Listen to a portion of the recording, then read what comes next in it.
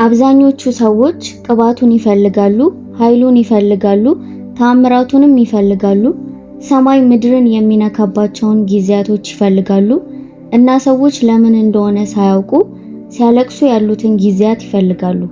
ግን የሚሸከመውን ነገር ጥቂቶች ብቻ ይፈልጋሉ። ምክንያቱም ማንም የማይነግር ነገር እዚህ ነው። ቅባቱ በተሰጥኦ አይመጣም። በምን ያህል ድምጽን ከፍ ብለን እንደምትጸልይ ወይም በምን ያህል ውብ እንደምትናገር አይጸናም። ብዙም በማይታይ ነገር የተደገፈ ነው። የተደበቀ ህይወት ከእግዚአብሔር ጋር ባለ ዲሲፕሊን። በ20ኛው ክፍለ ዘመን ይህንን ከማንም በላይ በተሻለ ሁኔታ የተረዳ አንድ ሰው ቢኖር ኖሮ ካትሪን ኩልማን ነበረች። ግን አብዛኛውን ሰው ስለ አገልግሎቷ የማያውቀው ይህንን ነው። በዚያ መድረክ ላይ ሰዎች ያዩት ኃይል የተገነባው በአንድ ቦታ ላይ ነው። ታዳሚ በሌለበት፣ ካሜራ፣ ህዝብ፣ ጭብጨባ። ነገር ግን ሴትና አምላኳ ብቻ ነበሩ። እናም ዛሬ ወደዛ ልወስዳችሁ ፈልጋለሁ። ምክንያቱም በዛ በተደበቀ ቦታ ያገኘችው ነገር እንደሆነ አምናለሁ። ቤተክርስቲያን አሁን መስማት በጣም ያስፈልጋታል። አንድ ጥያቄ ልጠይቅ። ቅባቱን እንዴት እንዲቆይ ያደርገዋል? ምክንያቱም የቤተክርስቲያን ታሪክ መመልከትና በግልጽ ማየት ትችላለህ። ብዙ ሰዎች ከእግዚአብሔር ጋር ጊዜዎችን ይቀበላሉ፣ እውነተኛ ጊዜዎችን፣ እሳቱ የሚወድቅበትና ሰማይ ለመንካት የሚያስችል ቅርብ ስሜት። ነገር ግን በጣም ጥቂት ሰዎች የመለኮታዊ መገኘትን እድሜ ልክ ይቀጥላሉ። በእጅ የሚቆጠሩ ሰዎች ናቸው። ወንዶችና ሴቶች ህይወታቸው ላይ በየቦታው የሚከተላቸውን ነገር ተሸክመው ነበረ። ወደ ሆስፒታል ክፍል፣ ወደ ጸሎት፣ እስከ በጣም የተለመደው ማክሰኞ ጠዋት ድረስ። እናም በእነዚያ ሰዎች ላይ የተለየ ነገር ነበር። እናም ፐርሰናሊቲያቸው አልነበረም፣ የእነሱ ትምህርት አልነበረም፣ የመድረካቸው መጠን ወይም የድምጻቸው ከፍታ አልነበረም። ሐዋርያት ሥራ ምዕራፍ 10 ቁጥር 38 እንዲህ ይላል፣ እግዚአብሔር የናዝሬቱን ኢየሱስን በመንፈስ ቅዱስ በኃይልም ቀባው፣ እርሱም መልካም እያደረገ ለዲያብሎስም የተገዙትን ሁሉ እየፈወሰ ዞረ፣ እግዚአብሔር ከእርሱ ጋር ነበርና። እነዚህን የመጨረሻ 5 ቃላት ልብ በሉ። እግዚአብሔር ከእርሱ ጋር ስለነበረ ቅባቱ የሚመጣው ከእግዚአብሔር ነው፣ ነገር ግን በተዘጋጁ ዕቃዎች ላይ ነው።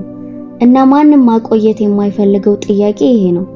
ለምን የእግዚአብሔር መገኘት አንዳንድ አገልጋዮችን ወደሚሄዱበት ሁሉ ይከተላቸዋል፣ ሌሎችን ግን በመድረክ ላይ ፍጹም ብቻቸውን እንዲቆሙ ይተዋቸዋል?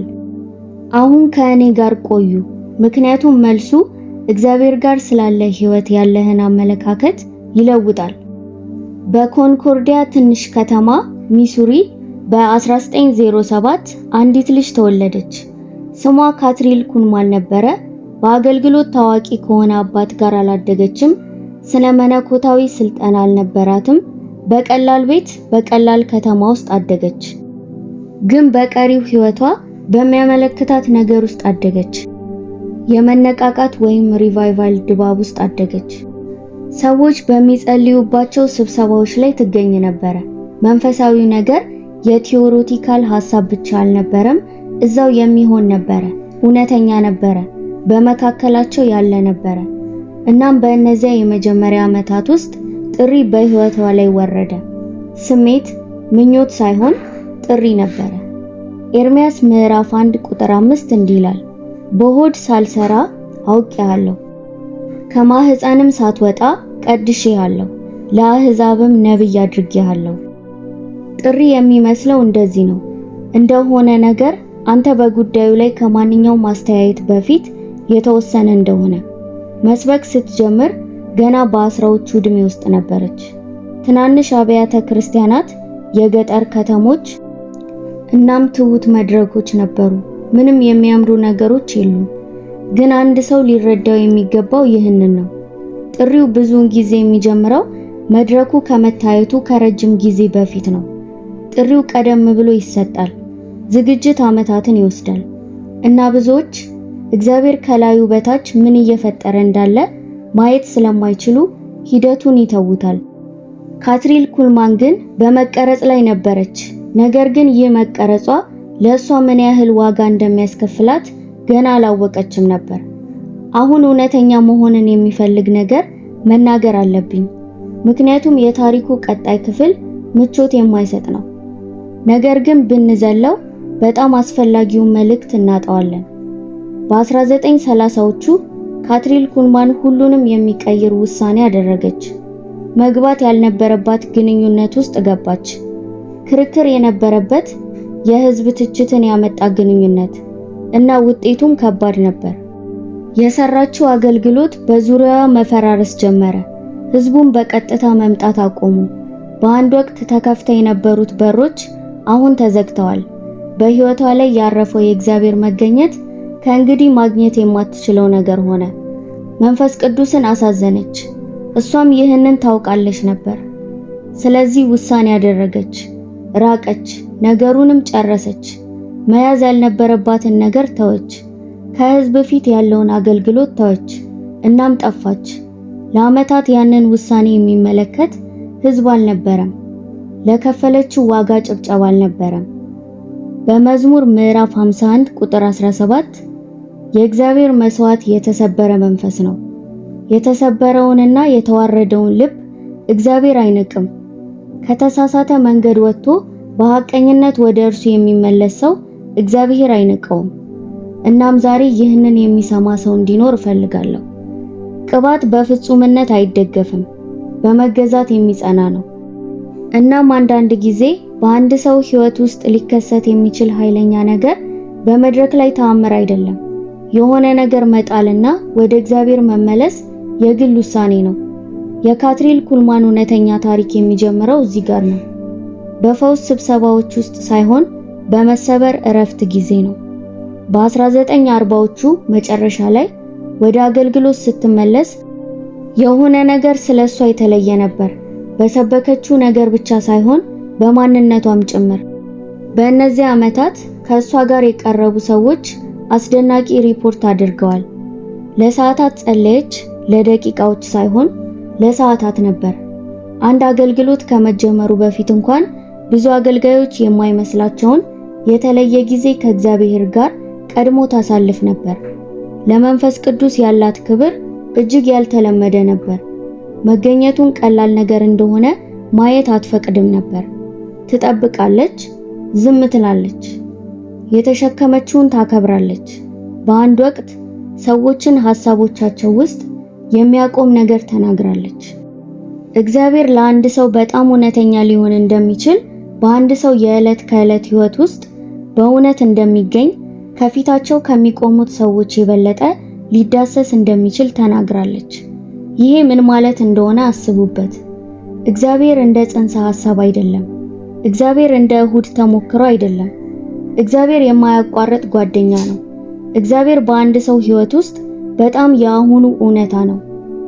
ኤልያስ ምዕራፍ 4 ቁጥር 30 ለቤዛም ቀን የታተማችሁበትን ቅዱሱን የእግዚአብሔርን መንፈስ አታሳዝኑት።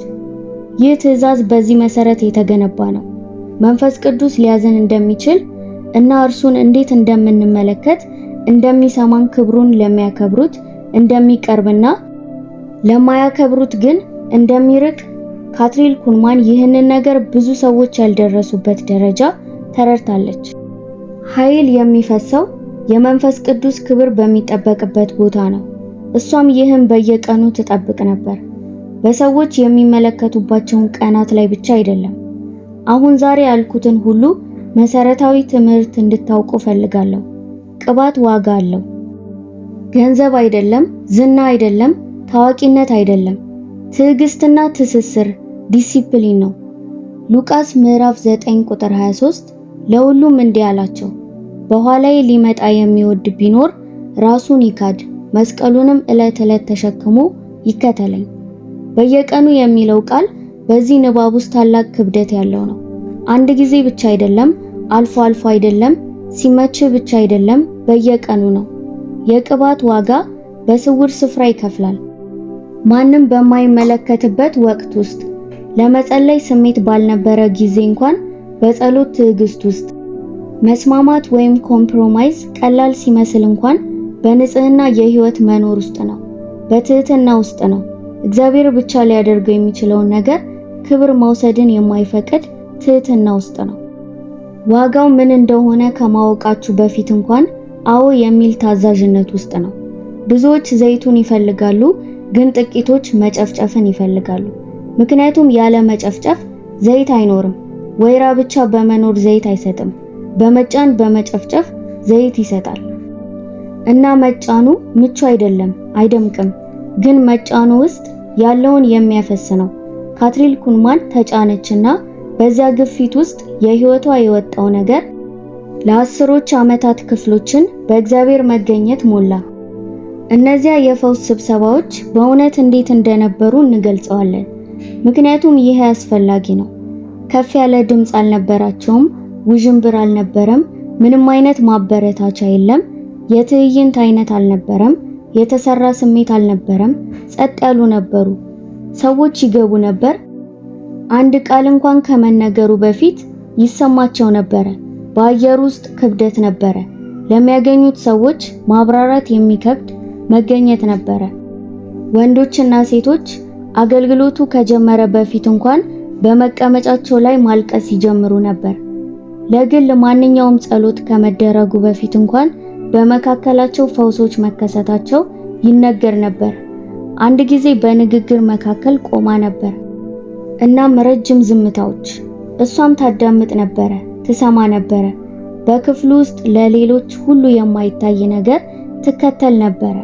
አገልግሎቷን በቅርብ የተመለከቱ ሰዎችም ይህን ነገር ደጋግመው ይናገሩ ነበር።